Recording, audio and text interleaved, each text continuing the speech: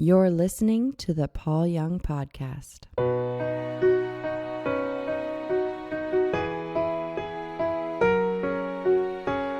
Rain falling is nature calling. It's calling me to slow down. Tragedies of different degrees, they tell me to slow down. Traffic's congestions are gentle suggestions, suggesting that I slow down. Death and life are both alike. They are saying simultaneously to slow down. Iridescent interruptions serve this illogical function, inviting me to slow down. The gentle breeze that puts me at ease, it eases me into slowing down. The love of my life with pain in her eyes, she sighs silently to slow down. With no one around, silence is a deafening sound, sounding me to slow down. That poem is called Invitations from Interruptions. And that's from one of the listeners, Gary Francis, who sent me that and gave me permission to read it. It's about slowing down. You know, our pace, it's a different world than when I was growing up. Our children are in a different world. The constant bombardment of images and media and social media, it's a different world. Things are moving at a pace that I could never even imagine as a child. And my childhood was displaced from many in this world, and yet, even in this world, it was slower paced. So we need the invitations to slow down, invitations to stop the noise and listen. It's good for our health. It's good for our relationships. It's kind. It's gentle. And it stands in marked contrast to the hustle and the bustle of our world. Our world will take as much of our time as we give it. And at some point, we must find our own voice and just say, stop. I will take a break. I will just go and sit and listen. When the rain comes and I have an opportunity, it's time to just sit and listen. I have another poem, and it's from a friend of mine again, David Tenson, whom over the course of this podcast, you're going to hear a lot of his poems because I love them so much. And he's Aussie, Tensen, and you can find a few of his books out in print. I actually read one of them, The Wrestle. I read it to go on the audiobook, The Wrestle, and I love just doing it. It was such a fun experience. It was such a fun invitation. And this is the poem that I'm going to read for you today. It's called More Times So Kind. You've had your way with me more times than I can count, more times than I can speak of, more times so kind that only poets and angels dare use words to describe. Like that time you held me as a wounded warrior tight against your chest, close against your heart, for what felt like years, like a father who understood, like a mother who fell asleep nursing her sick child. Like that time you met me in that shameful memory, and instead of getting angry, you put your hand on my shoulder and shone your face upon me, like a father who blesses, like a mother who smiles away her child's fears. Like that time you waited with me at that bus stop after they'd finished with me and you sat on the curb, hurt and crying with me, like a father who'd been there, like a mother who heals with just 2 words. Oh, darling. And now I have just 2 words. Thank you. No, just 1 word. Stay.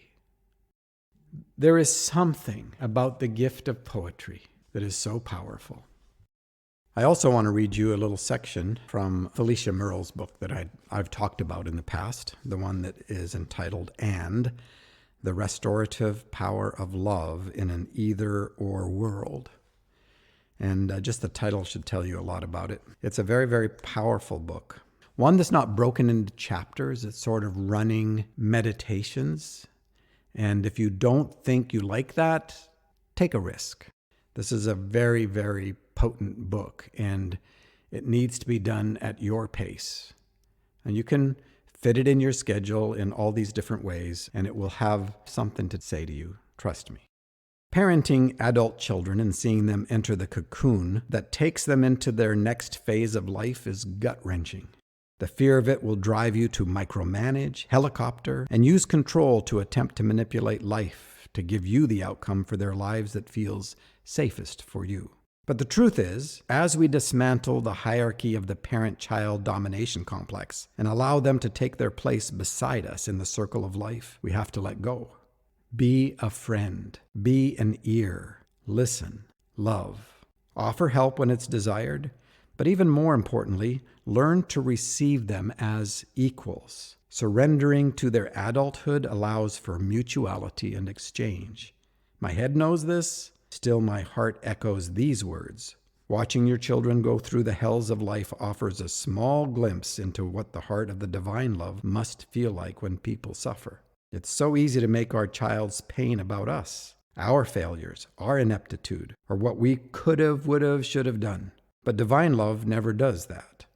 The Holy Three climbs inside our tragedies with an all-consuming love, offering hands, eyes, heart, and commingling tears, as love weeps with us, sits with us in our pain, loves us, and ultimately guides us from the place of pain and suffering into a place of healing and peace.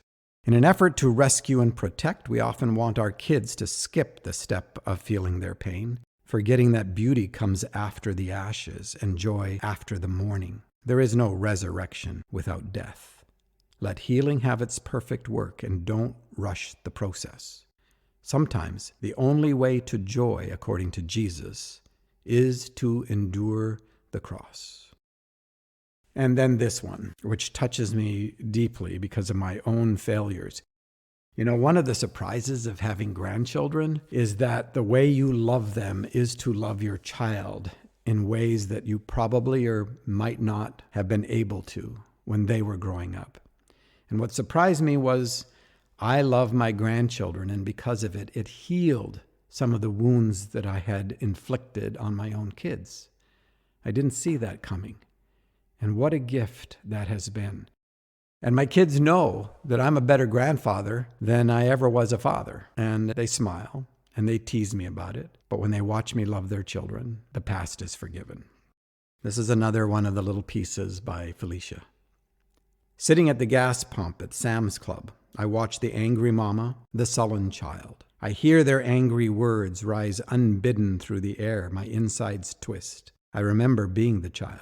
And then painfully, I remember being the mama.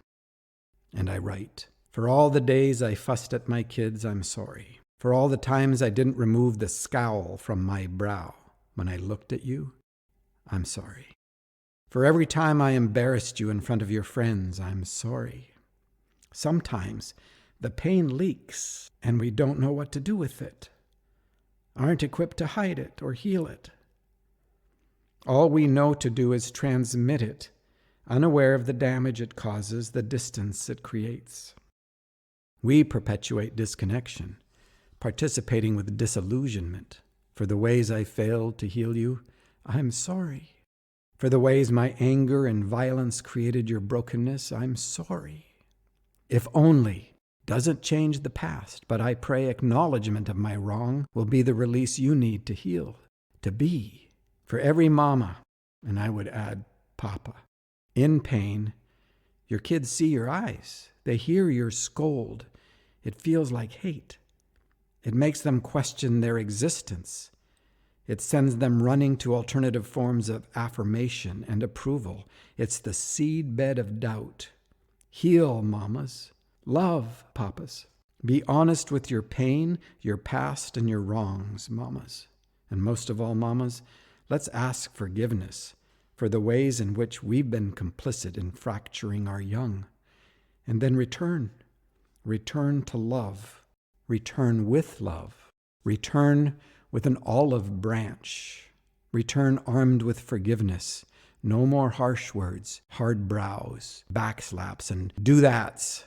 Return with love and offer the gift of your whole healed self.